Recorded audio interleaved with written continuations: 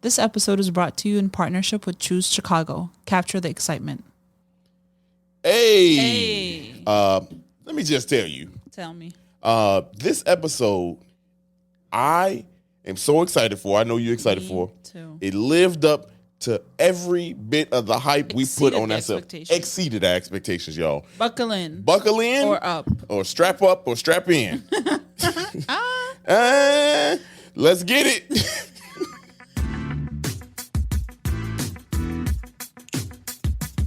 This is the podcast where we visit all 77 of Chicago's historic neighborhoods and discuss their heritage and taste the amazing food. And if you know anything about us, we love two things, food and Chicago, so I can't wait to burn this gas money. You ready? Let's get it. This is the 77 Flavors of Chicago, the podcast. Yes, it is. That's the beat who's that drop. Nerd? Who's that nerd? Yeah. This is the podcast. Man, if you don't shut the fuck up. If you don't go somewhere with that. With that weak ass energy. Stop it. You Just kidding. Anyway, Dario. Sarah. 77 Flavors of Chicago, y'all. We happy to be back. We excited to be back, low key. Very. This episode, I think we had probably the most fun we done had, you know what I mean, like as far as history goes. You know what I'm saying? Like we were just both in awe. I agree. Anyway, we'll get to that in a second. Yeah.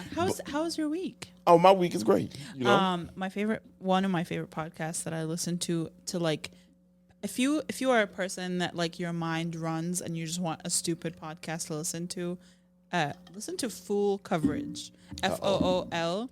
It's by two like YouTubers, Manny and Laura. They be going crazy. Huh? It's just stupid. Like they don't talk about anything of value, but it's just funny. But one of the things that they do that I like is that at the beginning of every episode, they do like what was the highest moment of your week and what was the lowest moment of your week. Mm-hmm.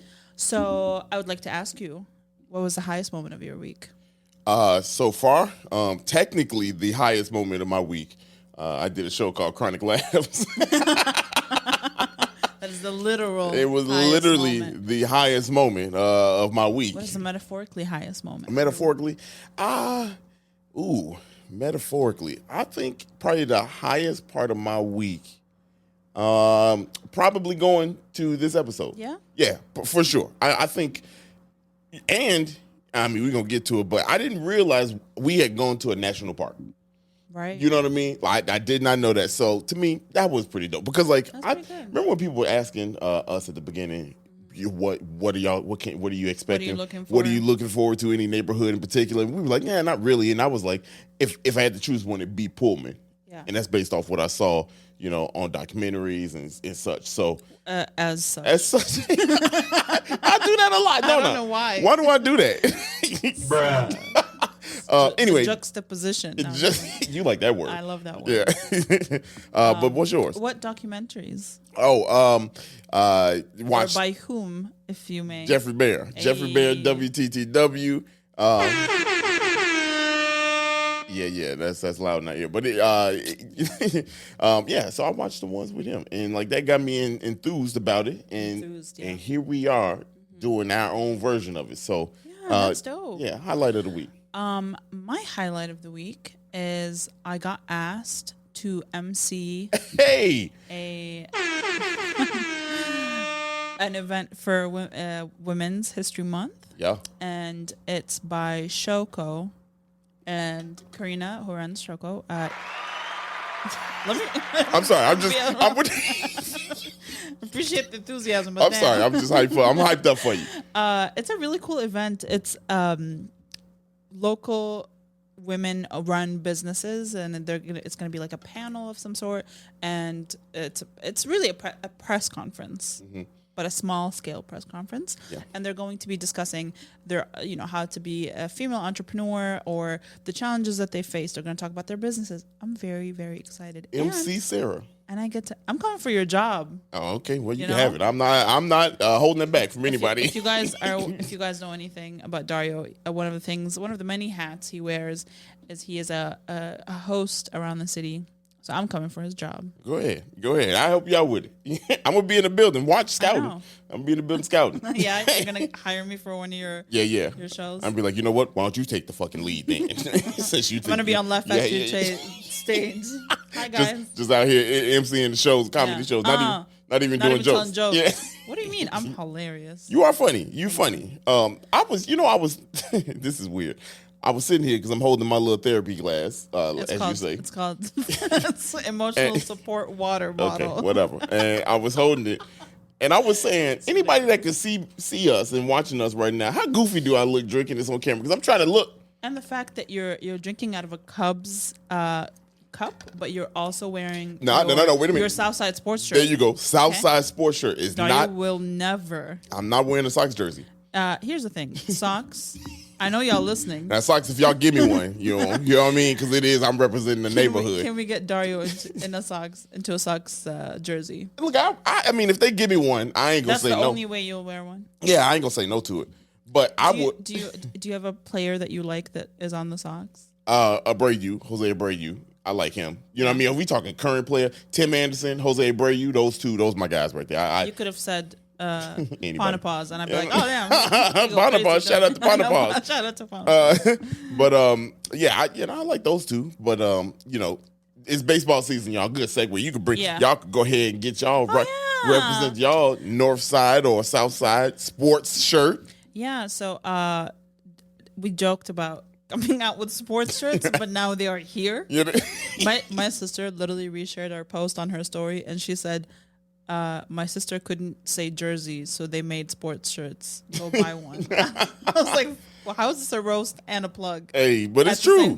Now we don't have to be. I don't have to get upset when you say your little sports shirt. Yeah. I could assume you're talking about this. TM.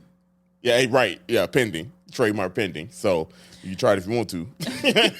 Nobody trying this. People are probably like, this is so stupid. Okay, just wait till we sell a mill. You know? Just wait. What was the low of your week? Man, I don't have no lows. Be relatable for the people. Look, all right, the lows. I don't know if He's gonna be like, I took a nap and I forgot to cover my toes, so they got low cold. key, your boy, y'all can't see it, but your boy's toes is out. You know what I mean?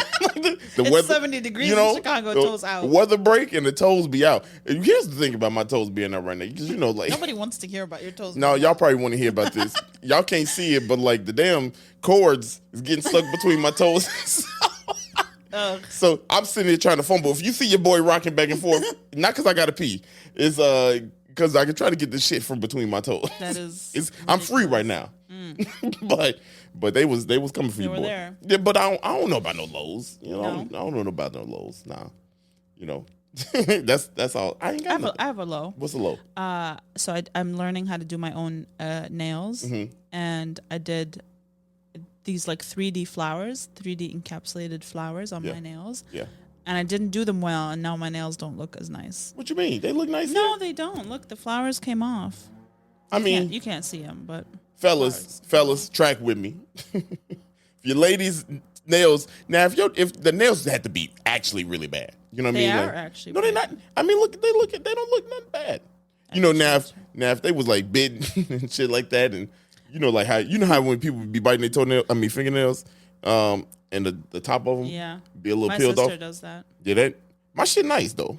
You know what I'm saying? You don't bite your nails. Yeah, but you don't cut your nails. You bite them off. Yeah, but then that's it. Let's not be telling all my business. I done talked about my toes enough. I we ain't got to go. Your boy's fingers ain't bad though. You know what I'm saying? They're not.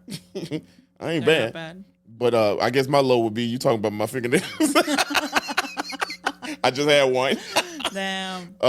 But that's. I mean, I've been all right. I'll tell you next time. I like this little piece. I like this because we get to recap, and your boy's memory be going. I'm getting older, so I'm trying to remember what the hell did I do. What did I do this week? What did I do this week?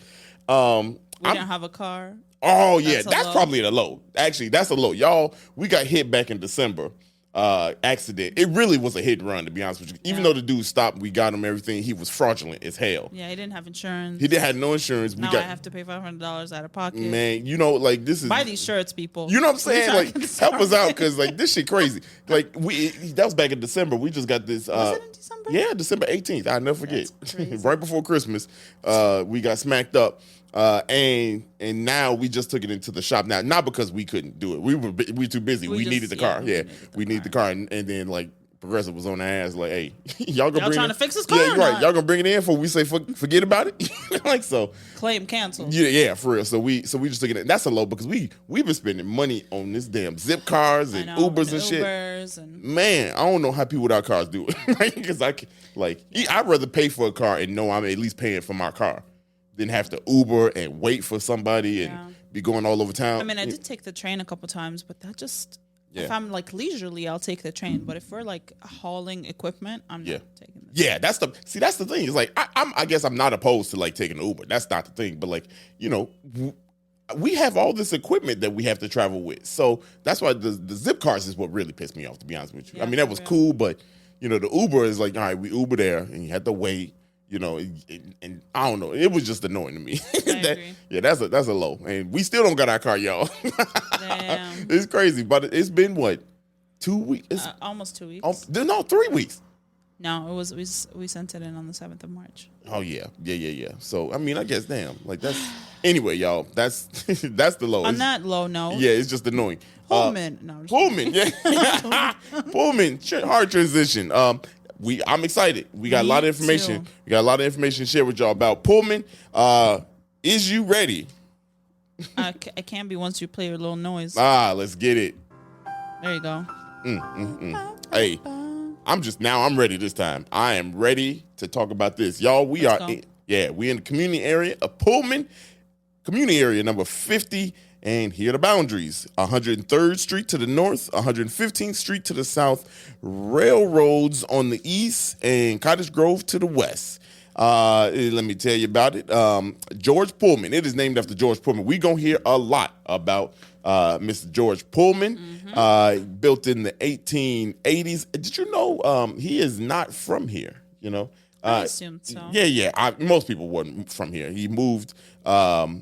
He moved to the area. I actually read that at the time that this town was built, most people that lived in it were not from Pullman. Right. Yeah. They might have been from Illinois or Chicago, but they were not from Pullman. Exactly. Yeah. They weren't from the area. And the whole thing with Pullman, reason why I got his name is that Pullman created this community area, the city, really, 4,000 acres of land. Mm-hmm. He created it so that his workers didn't have to travel far to commute to work or didn't have to do any of that. And so just to give you, if you don't know who the hell Pullman was, Pullman created the sleeping train car, which was really cool, really innovative. It had amenities that were better than most homes at the time. And so that was kind of like his thing. And it was obviously with train and intercontinental travel going crazy here in the United States right around that time, you know, having a sleeping car was pretty dope, you know? So he built his business here in Chicago, and he built the neighborhood and community, I shouldn't even say neighborhood. He built a city basically for his people with housing, and the housing wasn't just normal housing. It had plumbing, indoor plumbing, indoor bathroom. Yep. It was really dope. I mean, he built what he imagined would be like the Model A town, like the perfect town where everyone was like super happy and there was like no crime and everyone had a good job and stuff like that. And so he attracted workers here and pitched it as if it was his dream of American society. Right. So this is what he saw America to be. And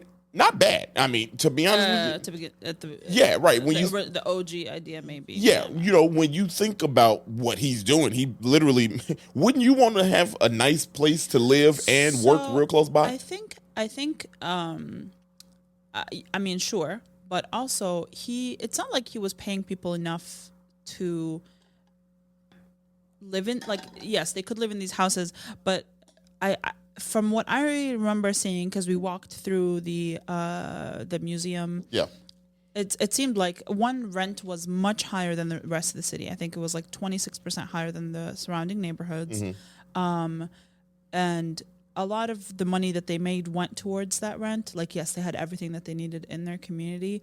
It seemed very ideal, but it also kind of reminds me of what's a poorhouse? Yeah. The idea of a poorhouse. Yeah. And I might be wrong, but it's the same idea of like you live in where you work and you work to pay for your living, but you're also like forever in debt. Right. I don't know if that's true for Pullman, but Pullman, it just kind of had that vibe. I see the idea. You know what I mean? Yes, I do see the idea, because the poorhouse, though, you lived in somebody else's house. Right.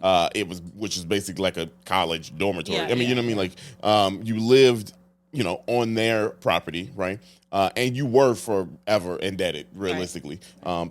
This was different because, like, you lived in Pullman, but that was like a city. Right. You had your own house. That's true. And you made wages. So if you made enough money, we'll get to that. Right. We'll get to that point.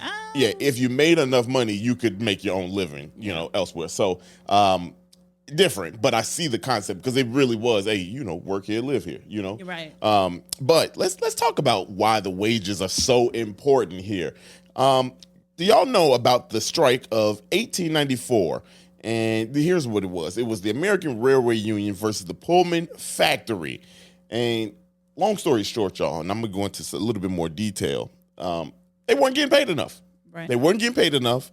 And so they fall back once they realize, hey, we can't afford to live in your American society and your version of this American dream. And to your point, the housing was nice. Yes, you had bathrooms, plumbing, but you were only making 20 cents, as low as 20 cents an hour. Yeah. I mean, they were making like almost $37 a month. Yes. And rent was $8 a month. Yeah.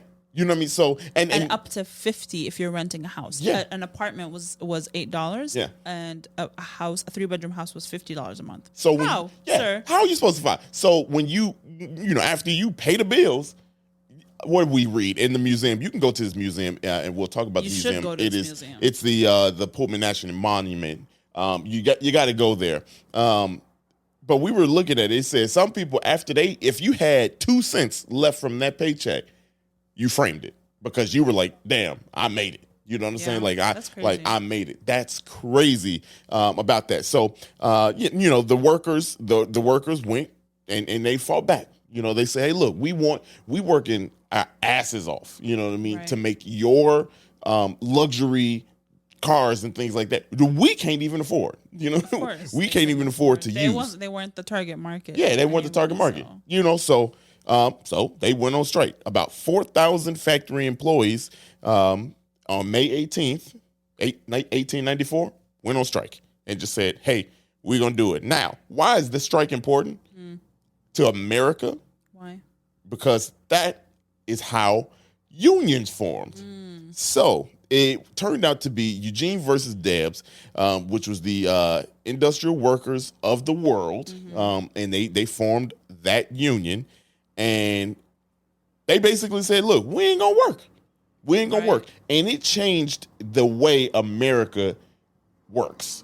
Literally, like Labor Day, it's because of this. Wow. Labor Day is because of this incident where these workers said, no, we're not taking this anymore. So 1 point for Chicago, that we are the reason you get Labor Day. And for those that are in the union, this is huge, and that's why labor unions are so close knit, and why people love labor unions, because we're not about to just sit by and work while you making fat off the land. I promise you that. You know what I mean? So Pullman refused to hear out the American Railway Union. Versus he refused to hear him. Jesus, what's going on? He refused to hear him out. The strike happened. About 250,000 workers across the 27 states, across 27 of the United States, mainly west of the Detroit line. They all just stopped. they just stopped. That's crazy. Here's the crazy part: the American Federation of Labor opposed the boycott. Wow. So they opposed it. They were like, nah, we're not doing this, right? We not, y'all got to get back to work, because they've never seen anything like this. And if you think about the reason, I guess if you listen to see like, well, what is the significance? These people worked on trains. Trains is how mail got delivered. Trains are how goods got delivered. Everything. Across the nation in these times, 1890s, the 19th century. The trains were everything. So when you stop that, now you hurt all kind of businesses everywhere. It's like we're currently going through a supply chain crisis. Yeah. Imagine that. Just imagine that back in the day. Like if every person at the port was like, we're not working anymore. Yeah. And we're not unloading ships. We're not doing anything. Yeah. Like that. I couldn't imagine. Society would collapse in 2 weeks. And you have no form of communication. So you're sitting at home like, man, I don't know why we can't eat. You know what I mean? Like, I don't know. I don't know what's going on. The mail ain't been coming. I don't know what's going on. Now here's the crazy. So riots broke out like anything happened. Like when the people go against the government, riots happen, right? The government stepped in and said, hey, because guess what? It affected mail. Of course. So the government was like, now let's step in. Yeah, right. And workers still refuse. They were like, we not going. And again, I keep repeating this, but keep in mind, y'all, we never seen unions up until this point.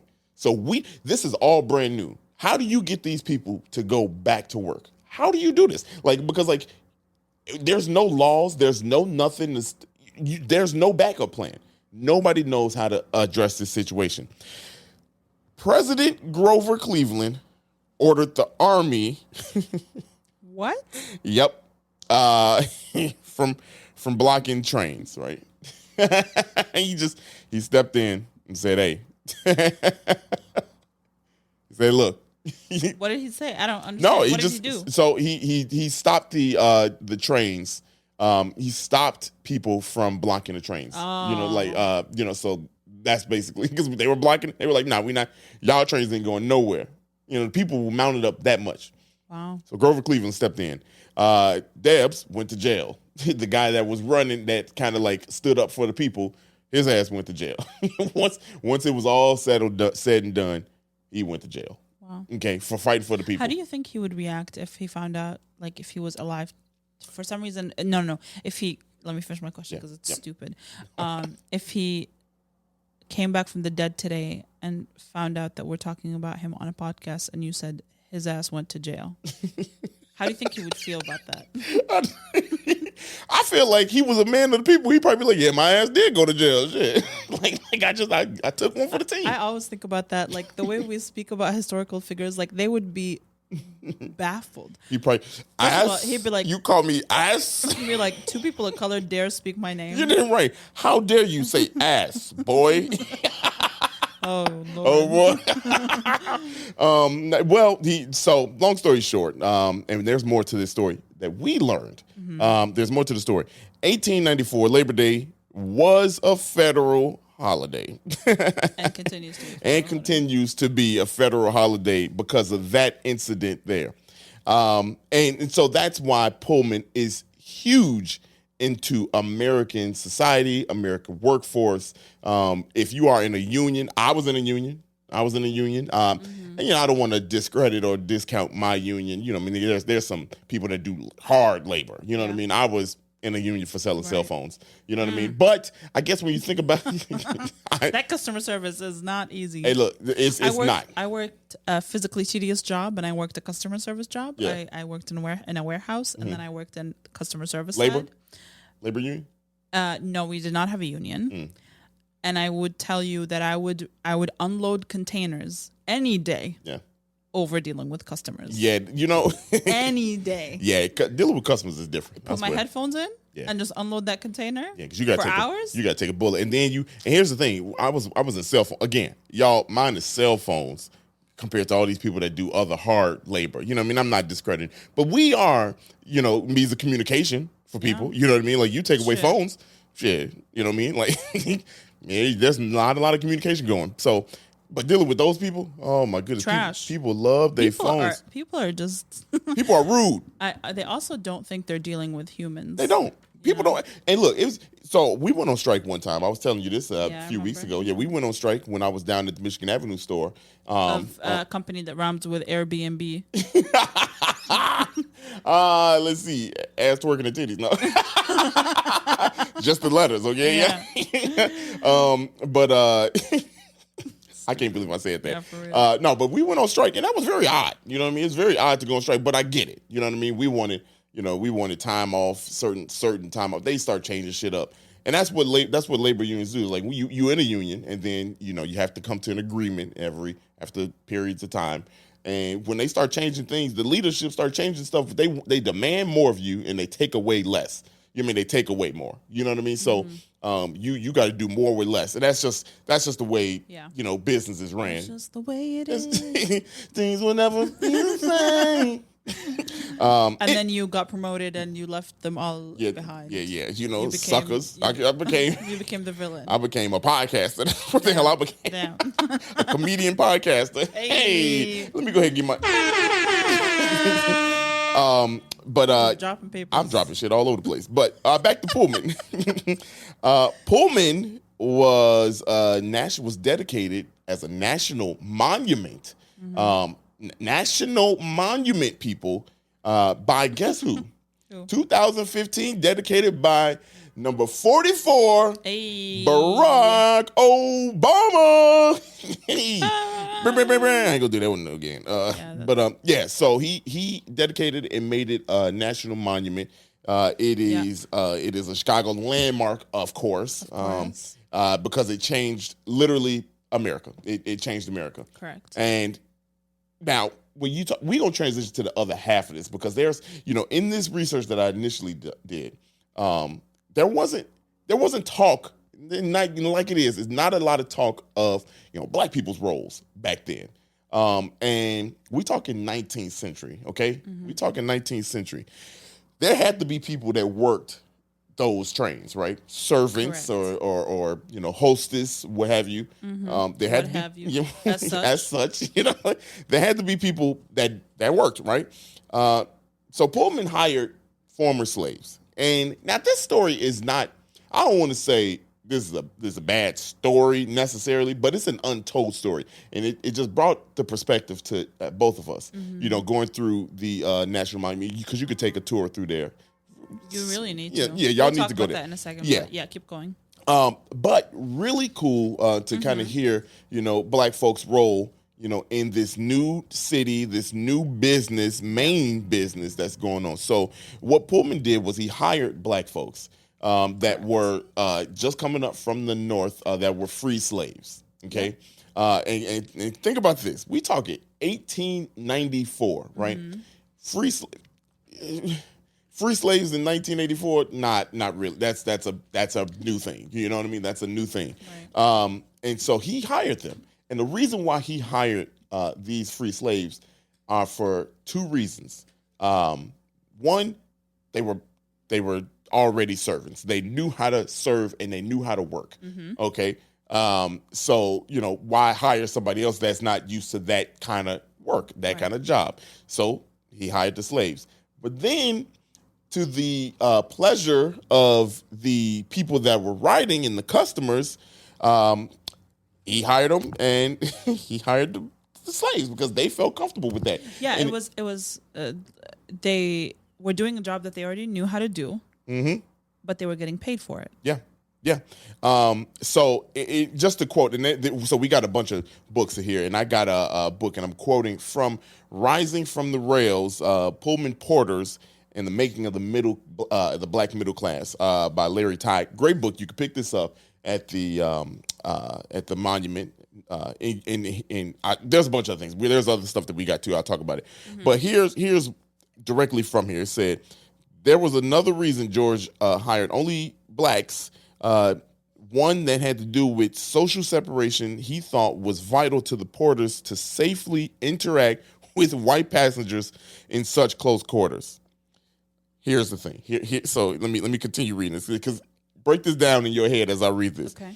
Women, after all, were disrobing on the other side of a thin curtain. Riders were stumbling into bed drunk, slinking in the compartments of someone other than their spouse, tumbling out of upper berths. Such compromised postures call for a porter whom passengers could regard as part of the furnishing rather than a mortal with likes, dislikes, and a memory. Yikes. Holy shit. Okay, if y'all don't understand what that I just said, basically he said, these people didn't have a brain. We don't see you as a human. Right. You are not a human. You are non-existent. That's an interesting perspective, because another thing that was presented to us, and if you go to the museum portion of this monument, you'll see there is actually a porter's museum that's going to be opening in October in Pullman. But the curator of that upcoming museum was speaking about the fact that porters became respected jobs. These are people that became trusted and well respected in their community because a porter was, you worked for, I don't know, like it's like the difference between working at being a slave and not being a slave. Right. You get to travel the world. You get to travel the world, and so that was the thing. I don't want to present it as like it was a positive thing. I can't judge. But that's the history. That's why they write these books. Literally what was told verbatim. Yeah. What was said. So, yeah, I mean. And I see both happening. Yeah. I see one as like you are respected in your community because you have a paid job, but then on the other side, white people see you as an accessory on the train. Yeah, you are there, You are there to serve them, and you're not considered a person, because a lot of these people traveling these trains probably owned slaves. Yeah, right. And so you don't that perspective doesn't change overnight. No, it doesn't. And in this book, they say when you get south of the Mason-Dixon line, the thought process of how they saw blacks on these trains were very different, even though the blacks were free. Right. But you go south, and of course, in 1894, you were treated as such. Yeah. Here's another interesting piece. I say pick up this book because it really sheds light on the people who made this actually work. Right. You know what I mean? Because you take the porter away, these Pullman porters away from what they were doing, and Pullman doesn't have the experience that he has. It can't run. So they got the name Porter, and this is I'm using in all due respect as a bit of comic relief. And y'all, I'm being in all seriousness here. I'm a comedian, so I take light of things, but I listened to this, right? I read this part and I'm like, you got to be goddamn kidding me. So they called the people porters, right? Most people just called them boy when they needed you to come by here, boy. And some people called him George. Now, why did they call him George? They called him George because when slaves didn't have a name and you didn't know who these people were, you just were called by your master's name, right? So George, they saw these porters as George's servants, so they called him George. White men in that time who were named George did not like that. They were like, don't call him I ain't no slave. Don't call him my name. Use a slave name from my name. You know what I mean? So what did these white men do back in the day? In this book, it says they founded the Society for the Prevention of Calling Sleeping Car Porters George. Basically, they formed a group that said, nah, we're not going, George is not the name you're going to use. And they had 31,000 members in this group, including England's King George V, Babe Ruth, whose name was George Herman, George Herman Ruth, and then George M. Cohan and George Clemenceau of France. Unreal. Y'all can read more of that book, and it's a very good book. Rising from the Rails, we picked it up at the Pullman National Monument. Man, just an eye-opening book because you don't realize, and like we were getting to, and we were talking about, these people, they were free. They were free slaves. So to them, they wore white. They had the black hats. You know what I mean? They got to sleep on cars in luxury. They got to travel the world. Well, where they slept wasn't luxury. Yeah, but it's better than being in a slave owner house. You know what I mean? So, and again, I'm just saying, this is how George Pullman, right, kind of pitched the idea to him. So if you were trying to make a living for your family, and when you're done with this job, you can come back to your family. It was, I guess you count your wins. You count your blessings at that point. Situations weren't the best, but you made the best of it. Continue reading that book because it's fantastic, and it just sheds the light of how Black middle class did kind of grow, and a lot of things happening here in Chicago, man. Like back in the day, that shaped America. I was gonna say one other thing that we didn't mention is the first BSCP, the Brotherhood of Sleeping Car Porters, that became they organized the porters in 1925. The Pullman porters organized the Brotherhood of Sleeping Car Porters. There you go.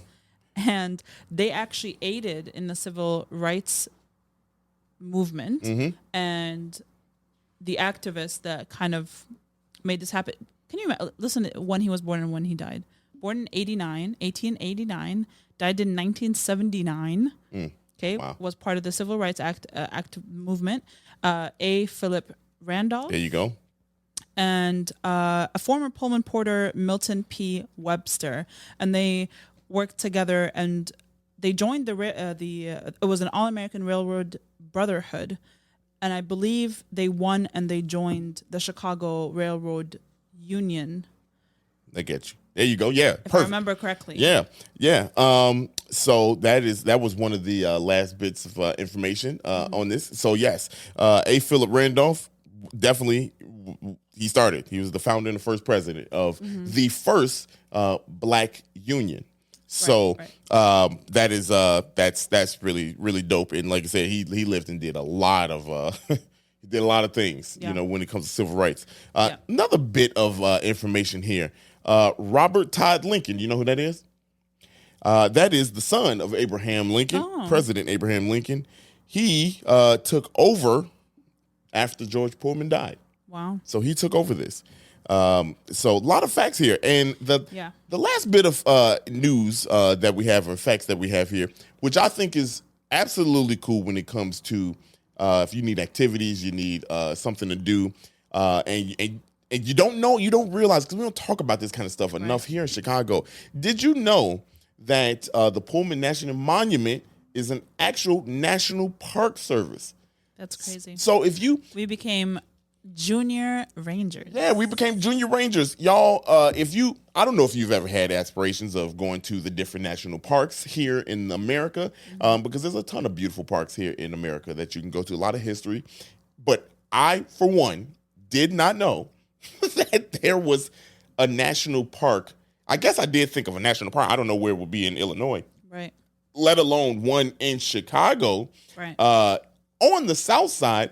And if I'm being honest, this park doesn't look like a park. It doesn't look like trees. How I look at the pictures, Yellowstone, all that kind of shit. It don't look like that, y'all. It's got buildings, flat land, and you know what I mean? And like 5 trees. And trains. You know what I mean? Like in houses. But this is a National Park Service here in the United States. We did something really cool. We picked up our passport, National Parks passport. We got our first little stamp. And it comes with a map, I believe, in it. Yeah. That shows you all of the national parks. The Midwest region. Go. Yeah. We got that 3 steps. It's divided into regions, so it's not just the Midwest. Each color is a different region. And funny, I just remembered the stamp for this year's Midwestern region national parks is this monument. Yes. For 2022. For 2022. So if that is something you're interested in, you could see it on that. If you're interested in looking up that. I absolutely loved being in Pullman. This was honestly my first time going there. I'd never been in Pullman. I definitely knew what Pullman was, but I'd never visited. Yep. And I'm kind of disappointed that I'd never been there before. Me too. Because it literally, and you said this multiple times, it feels like it's a time warp. Feels like a time warp. Like you step back in time as soon as you drive through Pullman. You can tell, actually, interesting enough, it remains to be an industrial site. Yes. It has a lot of warehouses, a lot of factories, a lot of distribution centers, which is kind of interesting because it's kept that same look and feel. Purpose, right. And then you have obviously the historically preserved buildings and houses. There's Brick Row, which is where the facades of the fronts of all the houses on that street are all meant to be preserved brick. Yep. So the parts that have gone or with weather or time are replaced with paint, but a lot of the brick is still original brick. Yeah. We drove around what used to be the market, and it's most of it is still there. You could still drive around and look at it. There's the churches are still standing. Yep. Being remodeled, refaced also. Yeah, and there's the Florence Hotel. Yeah. Which Florence was actually one of his daughters. His daughter's name. Yeah, one of his daughters. I remember when I was like looking at where we can go. These are things that kept coming up, obviously, because they're like the main things. Yeah. But yeah, I mean, Florence Hotel was made for local businessmen that were coming in for a business. Yeah, and right, they were coming there. So if you go, so that it's a park. It's part of the Chicago Park District now. That the neighborhood. I swear, when you walk through it, when you go there, it truly feels like, if you've ever been to the West Coast and you go on a movie set and it has the fake buildings, and things like that, and it takes you back to yesteryear, right? Like that's the feel. This felt just like Same that. Vibe. Same exact vibe, except it's all real. Right. It's all real. People lived back in the 1800s. People lived here. And for me in the city, it felt like it was a bunch in one spot. Right. Like you go here and you just look and you just like, damn, these are the houses he built for these people. You know what I mean? And back in the day, that's crazy. And they actually also, I think I can't remember when, but they open up two of the houses for you to tour on the inside. One later on this year. Yeah, one looks exactly how it would have over 100 years ago, and another one is just renovated. And, you get to walk through. Yeah, you get to walk through a renovated one, and one that looks, back in time kind of thing. Yeah. There's so much more about this community area. Honestly, like we are just scratching the surface. We walked out with like tons of pamphlets. We walked out with multiple books. There's another book here, Death in the Haymarket, which is the story of Chicago's first labor movement.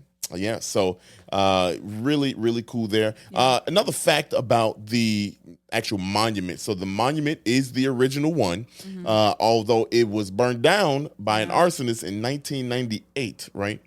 I believe in 98 it was burned down. And it was rebuilt. So the crazy thing is, I asked. We had some very nice help there. Linda and Andy. They work for the National Park Service. And he's a volunteer. And he's a volunteer. Yeah, he's a volunteer. Linda works for him, and she was telling us that because I asked the question. She said, "Hey, the top floor is where they used to, do all the paperwork and run the business." And so I asked. I said, "Is it still preserved? I mean, like, is that something that we could see?" And you could see the sad look on her face was like, no, it's not. It's all cut off because, somebody set arson to it. And the clock tower that you see in the picture, I have pictures up, but the clock tower of that building fell down. It crumbled and they had to rebuild it. So all that stuff got rebuilt. Mm-hmm. And I remember she said that there was like a budget to turn this into... that's what I was going to... Yeah, it was a budget to get to have that into like a museum. To turn it into a museum. Yeah. But then the entire budget went to renovating the building. It's crazy. But... don't be reckless out here setting fires. I mean, to Chicago, history. Man. And I mean, Chicago, this is something we don't talk about. Because me and you, we were talking about, we were like, damn, how come nobody talks about this stuff? Dude, we have a national park that don't look like the ones you see on the West Coast and these forests and trees and everything, but just as dope. One that shaped America. Literally. You know what I mean? Like right in our own backyard on the South Side, which people need to venture off to because there's a lot of dope stuff out here on the South Side. But my goodness, like this was by far one of my favorite ones. And it lived up to the hype. Like I said, I mean, I wanted to see everything we bought. 3 books. We got our passport. We got our stamp. Now we want to go in the national parks. We literally could have been there, and this is like a pretty. It's not like a huge museum, right? It's 2 rooms, but we literally could have been there for 3 hours. Easily. And we were there for like an hour, maybe a little over. Yeah. We could have been there for way longer. We just were on a schedule that we had to kind of get out of there. So we'll definitely be going back. Just to walk around that, because you could sit and just sit on the park bench in the park where the people live. Honestly, you could literally like if I were to plan my ideal like day exploring that area, one, I would start in the monument, go through the museum, grab these pamphlets and the map of the neighborhood, because there's a you can get a map of the neighborhood that shows you how to bike or to walk around all these monuments. This whole thing, right? That's so dope. And if you're watching, you can see it on the screen. Yeah. And it shows you where all the monuments are. You can walk, and it gives you on the back of the pamphlet, it has like a description of every single monument and the history of it. So you could start there, go through the museum, get these pamphlets, and then go do the whole thing on foot. Mm-hmm. And then you stop by and get food at where we ate, because it was also delicious. We'll tell you about that in a second. But yeah. We'll talk about that in a little bit, because that was the pamphlet is literally called Pullman on Foot. Yeah, and I say do it. It's one of those things where fun. You have to. I mean, like it is so dope. A time warp in the city, man, y'all. I can't stress enough to y'all, man. Y'all need to go check that out. Yep. I'm pleasantly pleased. Pleasantly pleased. I cannot wait to go back. And now, let's go ahead and eat. Let's talk about some food, because boy. Our boy Leonard gave us some. He gave us some good food, man. Yep. But let's go ahead. Commercial break time. Hey. Dion's Chicago Dream is a nonprofit fighting food insecurity through its Dream Deliveries weekly free fresh produce delivery program. The goal is to feed families, create community, and fuel hope. You can visit www.dionschicagodream. That's DIONS chicagodream.com, or search Dion's Chicago Dream on social media to support. Learn more and join the food fight.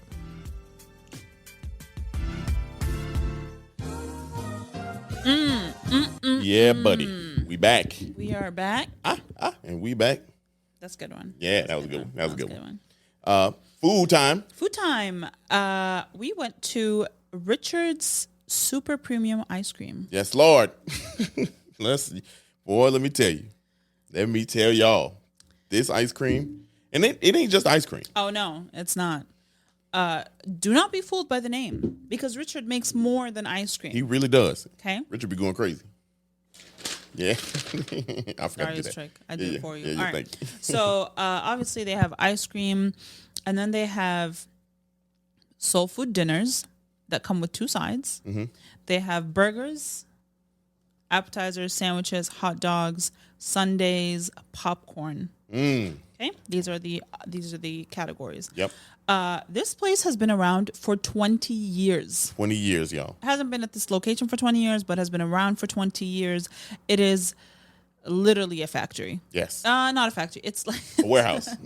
It's a storage. Yeah, like storage. It's like you're like a warehouse container shop. There's nowhere to sit. Yeah, you're right. You can't go in. You can't go inside. Yep. You order, and then they bring the food out to you. your car.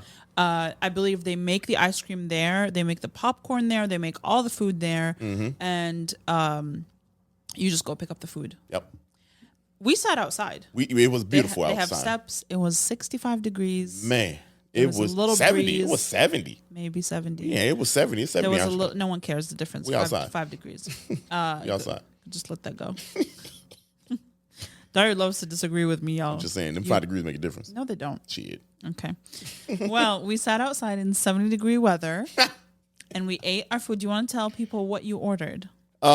So let's see. We ordered almost the whole menu. First of all, I'm gonna start with the burger, because they have this burger called the Grand Burger, and the Grand Burger is basically a grand ass burger. It's basically a Big Mac, okay, shaped just like a Big Mac, but their version, except it is 3 times the size of a Big Mac. Yep.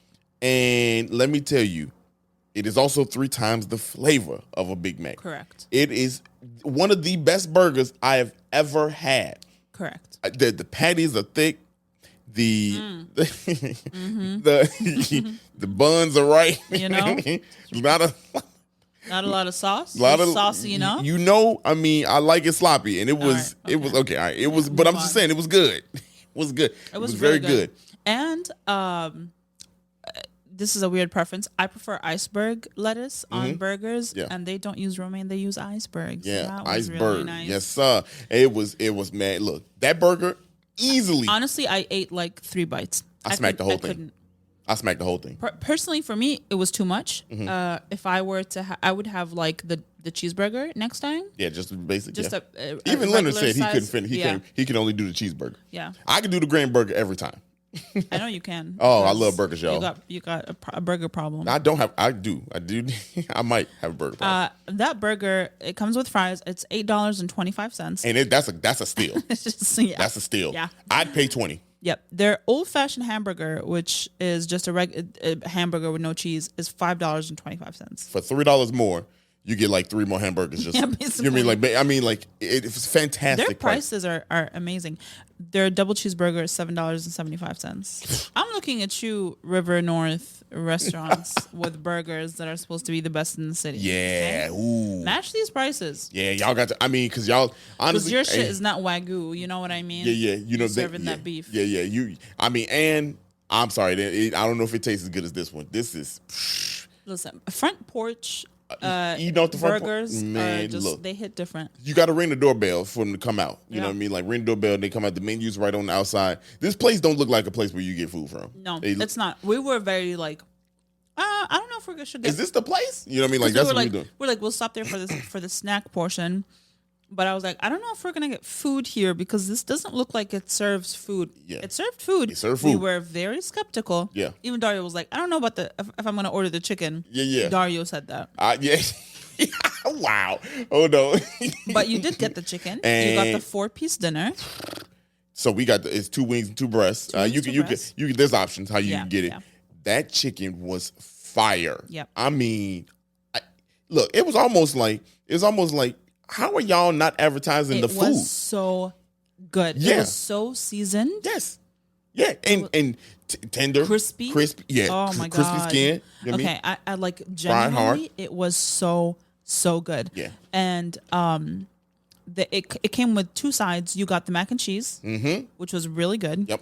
And you got the dressing, and it came with cranberry sauce and cornbread. Hold on. That was family reunion food. Correct. Sides. It was so it had the you got the cranberry sauce and the dressing had turkey in it.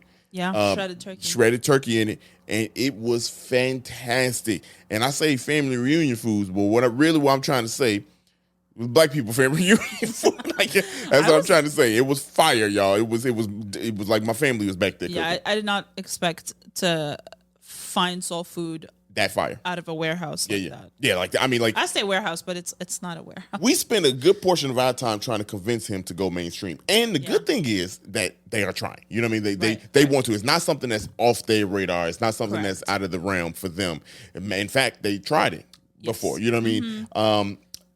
But going up north trying to get people to understand it. I don't know their business. I don't know how it's ran, so I don't want to speak on it. But if it was up to me, give it another try. Y'all need to because this food needs to be. Y'all, how is that just out here in the streets and don't nobody talk about it? I don't know. Crazy. We also got a Chicago style hot dog. Yep, it was fire. I mean, put together exactly. And how you it comes want with a side of fries. That was fantastic. $5. Yeah. I mean, come on. Yeah, you get a what more great can I say? Chicago style hot dog. Yeah. Yes. And then we had snacks. We had the snacks. Hold on. Oh, we got the snacks now. Hold on. We ain't did this in a little bit. Here we go. All the new snacks for them hit the street. All the bootleg snacks. The year 2000 snacks. Yeah, buddy. And this was year 2022. Yeah, for real. Shit. So I honestly went there. So they DM'd us like months ago, and I was like, okay, we're doing Pullman. We were meant to do Pullman in January. Things fell through. Other things came around, so we postponed. we don't tell places we're showing up, y'all. We just By the way, just so you know, no one knows we're coming. Yeah, we just pull up. We show up. We just pull up. And so we showed up, and all this equipment. Yeah. Just be pulling up. Can we set up shop here? Can we record? Can we record? Y'all busy? We do this little podcast. We gonna talk about you, but but we went. He like knew it was us. We said hi. We chatted with him. He gave us a sundae. He was like, "Here, try this sundae while you wait for your food." And he didn't think we was gonna eat it all. He was like, "Don't finish it because you're gonna be full." Okay. He went in for 5 minutes, came out. Dario was scraping the sides of the cup.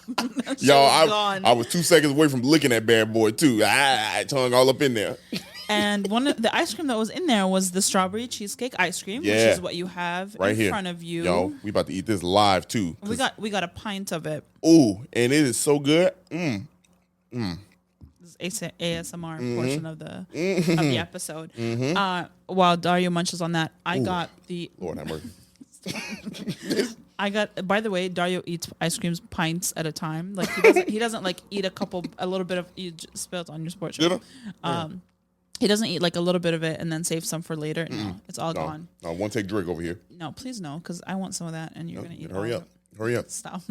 I got the banana pudding, which is so good. First of all, it has Nilla wafers in it, like whole Nilla wafers. Yeah. Them Nilla wafers hit different. They really do hit different in there. I don't know who make banana pudding without Nilla wafers. Y'all, this I don't know who back there making this ice cream. Richie. Can we call you Rich? You know what I'm saying? Because this needs to be on shelves. You know what I'm saying? Yeah, for real. This is the creamiest ice cream. Y'all, I'm lactose intolerant, and I'm out here. Stop it. It's not. It doesn't mean what you think it means. I'm just saying you paused. I was. It just makes my stomach upset. Bubble. You know, not bubble. You be churning over there. You're also lactose intolerant. No, I'm not. No, look, I can eat ice cream. Okay, when was the last time you had milk? Wow, this ain't even about me. Wow, continue. It's super creamy. The banana pudding has like a vanilla bean flavor in it that is just so good. Yeah. They also have. We tried a bunch of other ice creams in there. He gave us like a whole tray of. He just samples. Down the line. We had the sherbet. We had the salted caramel. We had the yams. What was the? We had the sweet potato pie. Sweet potato pie one. Yams. Black ass.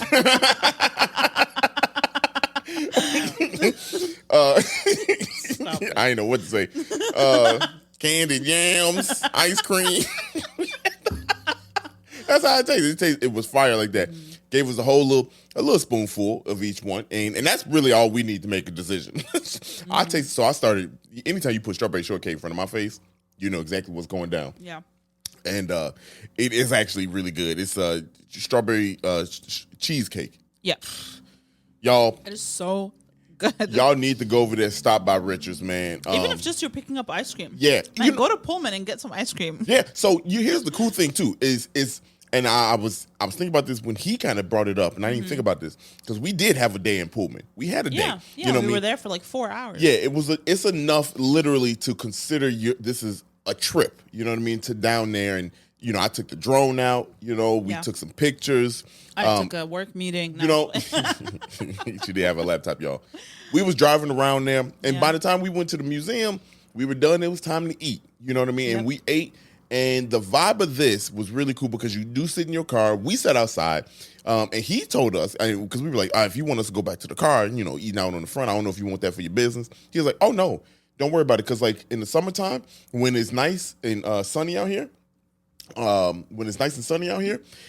people bring their blankets, they eat food, ice cream. They just chill right there on the lawn, in the grass. And so I was like, oh, okay. Because, that's what it felt like was natural. You know what I mean? So y'all need to go out there to Pullman. Take at least 3-4 hours. You know what I'm saying? 3-4 hours. Give yourself that time to go out to the south side. Go to the national park. You know what I mean? Get your stamp. Start, even if it is the first time getting a stamp. You know what I mean? This was our first time. This was our first time getting a stamp. It felt really cool to be able to say, look, I was at a national park, and it's here in Chicago. Go there, have some fun. You know, if you got kids, you know, definitely take the kiddos out there because they got the junior rangers. They can be a part of Fuck it. them kids. I became a junior ranger. Yeah, for real. Sure did. I did. I became a junior ranger too. You know, make a day and then stop over by Richards, man. Get you some ice cream. That's a perfect way to end the day. Summertime shy about to come up. Mm-hmm. It is. I'm telling you, the history, the food, it's a vibe. What a fun thing to do if you're impressing people from out of town. Yeah, really. You know what I mean? Like if I had people coming in from out of town and I'm from Chicago, I'd be like, okay, you've been to the Bean, you've been to Millennium Park, you've been to all. Let me show you like actual historical things. Yes, let me take you to a national park in Chicago. Look, all my friends, if y'all gonna come out there, I ain't got that many, but if y'all gonna come they all live here. They all live here. If y'all want to come in to Chicago, trust me, I know where I'm taking you now. Yep. You have to. You have to do this, y'all. I can't. Let me go ahead and eat this ice cream before I start preaching. Because another thing we got was this popcorn. Listen, there's one brand of popcorn that has a special place in my heart. Yeah, we know. But this is a close second. Yeah, that's a good one. Yeah, that's a good one. The flavor we got was actually really good. Mm-hmm. It's creamy cheddar dill. Yeah. And if you know me, I will inject, if I could, I would inject dill into my bloodstream. Awesome. You say that's not a plausible moment. That's not a plausible moment. I love dill on literally everything. Mm-hmm. I just love it. I also like pickles, so anything dill flavored. Mm-hmm. And this is like I've never had dill popcorn. Yeah, personally. No, me either. I don't know if you have, but this was so good.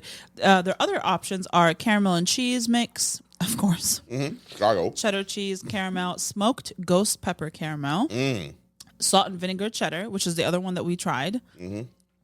And I think you said you liked that better than the dill, but I executive ordered the order. That's cool. Okay. Yeah. Red hot cheddar, ghost pepper mix, and the cheddar dill, which is the one we got.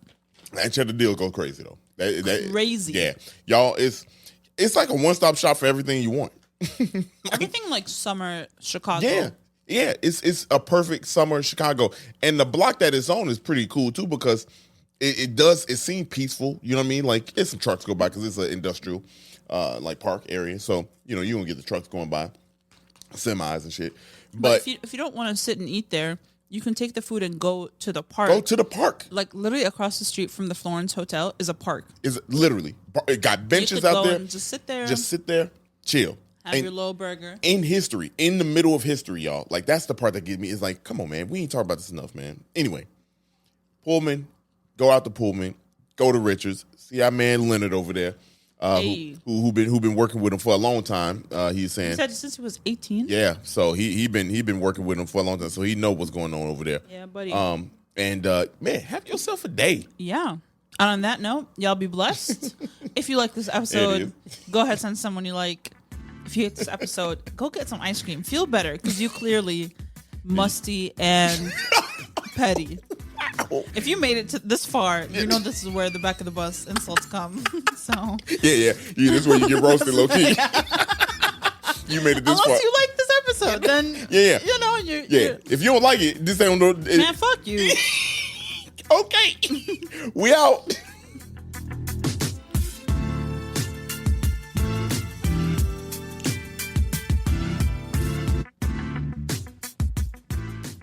Hey, thanks for listening to this episode of 77 Flavors of Chicago. We hope you enjoyed it. If you can, please like, rate, and subscribe to us on all streaming platforms where you listen to podcasts. And we hope to listen soon. We'll catch you back next Monday with a new episode. Bye.